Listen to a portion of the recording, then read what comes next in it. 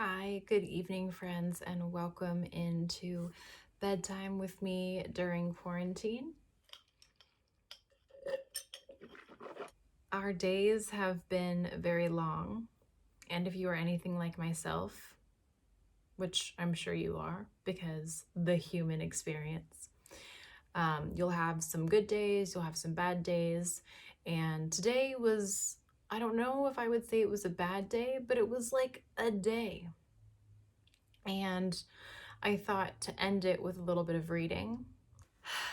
A Traveler in Romance by Somerset Maugham.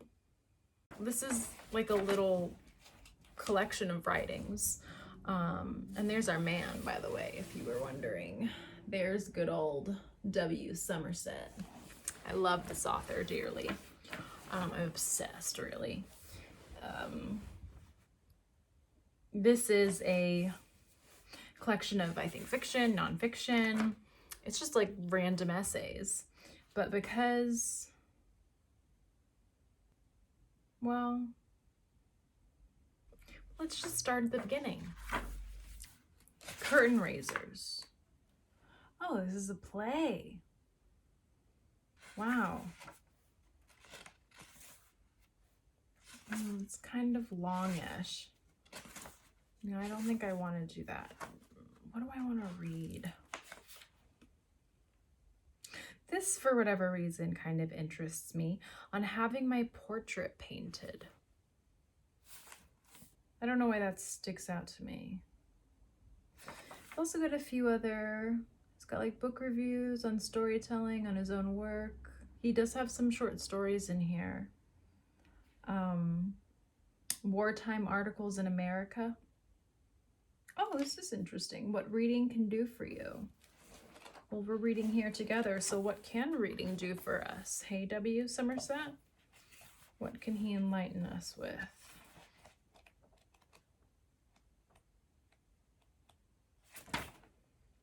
Ah, this feels good. Okay.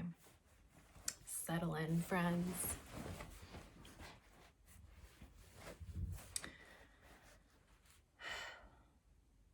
Reading should be a pleasure.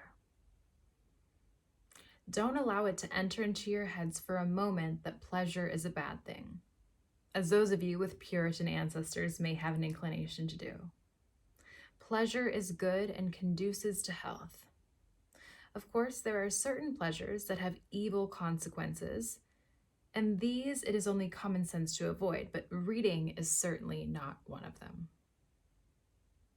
Now, if the only pleasure you can get out of reading is the reading of detective stories, you are right to read them, and we all have cause to be grateful to the writers of them.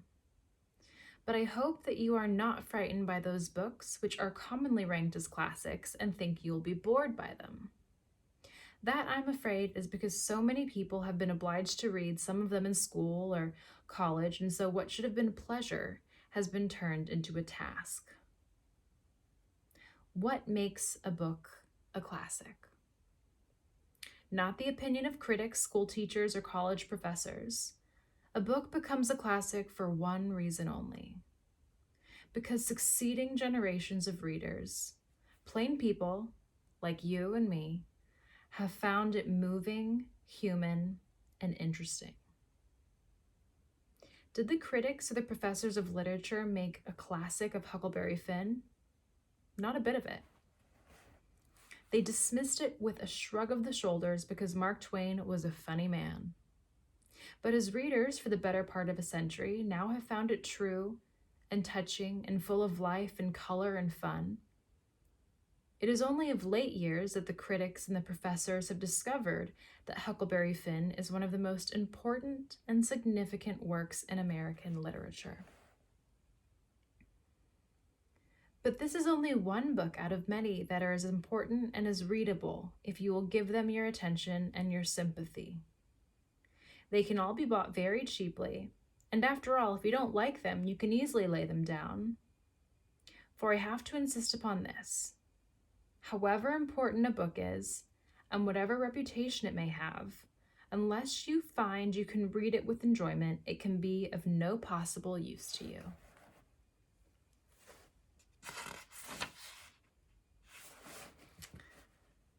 I don't want to advertise my own wares, but I hope you will forgive me if I tell you that 2 or 3 years ago, I brought out a little book called Books and You, in which I spoke of a number of books which every educated person should read and why he should read them. In this book, I spoke chiefly of novels, poetry, biography, and essays. I had no occasion to speak of history, but, history can be very good reading if one has leisure to read it. Just now, it's important that we all know something about the past of the countries whose present is so much our business. It would be reasonable if you asked me what practical use it can be to you to read the sort of literature of which I've been speaking. The answer is this. It will give you a wider outlook. It will deepen your character and enlarge your personality. That can be practical use to you now. The war is drawing to an end, and it looks as though the world of the near future will be a very different one from the world before the war. Believe me, you will cope with it more competently if you have used this period to acquire a wider vision, greater knowledge, and keener sympathy with your fellow man. And wow, that actually ends with men, but God damn, that is poignant. And I'm really happy I randomly picked that to read tonight. Let's read that last little bit again, because it's just so good. The war is drawing to its end, and it looks as though the world of the near future will be a very different one from the world before the war. Believe me, you will cope with it more competently if you have used this period to acquire a wider vision, greater knowledge, and keener sympathy with your fellow man. All right, you guys, I think that's enough. I will continue reading from W. Somerset Maugham, whether or not you enjoy it, because I enjoy it and it's pleasurable to me. Tell me what you're reading.